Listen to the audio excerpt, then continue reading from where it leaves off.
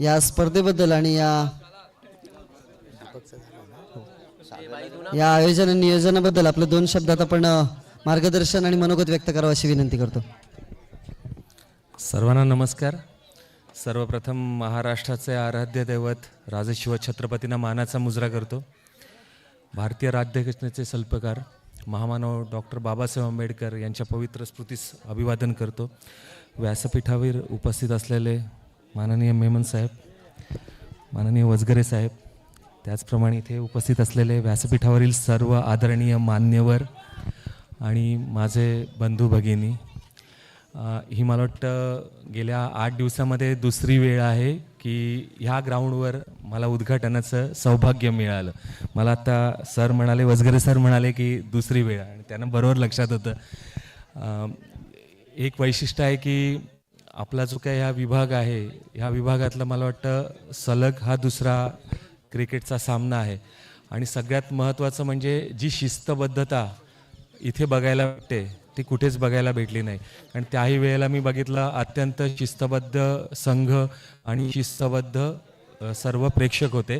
As it is आत्तासुद्धा तेच बघायला भेटते की एक शिस्त आहे. तरी माझं सगळ्यांना एकच निवेदन असेल की ही शिस्त आहे ती आपण असंच कंटिन्यू ठेवूया. दुसरं महत्त्वाचं म्हणजे आता दादा मगाशी म्हणाले की राजा बोलले मला, तर पण मी राजा वगैरे नाही आहे, मी आपला सेवक आहे आणि माझ्याकडून आपली जेवढी सेवा करता येईल तेवढी मी करणार आहे. तुम्ही अधिकाऱ्यांनी सांगा तुमच्या भावा या सेवकाला जे जे माझ्याने शक्य होईल ते नक्की करेन. आणि माझं एक असं ईश्वराकडे प्रार्थना आहे की आपल्यामधले असे कितीतरी खेळाडू इंटरनॅशनलवर लेवलला सुद्धा जावेत. कारण अशा छोट्या छोट्या टुर्नामेंट्समधूनच नवीन क्रिकेटर घडत असतो. मग ते सचिन तेंडुलकरसारखा क्रिकेटर असू दे किंवा इतर कोणी क्रिकेटर असू दे, पण जेव्हा ग्राउंड लेवलवर तो खेळतो आणि नंतर तो मोठा मोठा होत असतो, तरी माझं आपल्या सगळ्या खेळाडूंना एक विनंती असेल आणि सगळ्यांना एक सांगणं असेल की जास्तीत जास्त आपण ज्या आता हे क्रिकेटचं जे काही हे आहे विश्व आहे त्याच्यामध्ये आपण पदार्पण केलं आहे, तर जास्तीत जास्त त्याच्यामध्ये पण प्रगती करत जावं आणि आपल्या श्रीवर्धनचा एक तरी किमान खेळाडू रणजी किंवा इंटरनॅशनल ह्याला जावा अशी मी आई सोमजाईचं प्रार्थना करतो.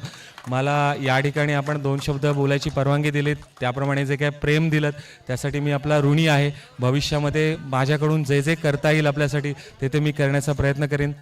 धन्यवाद. जय हिंद, जय महाराष्ट्र.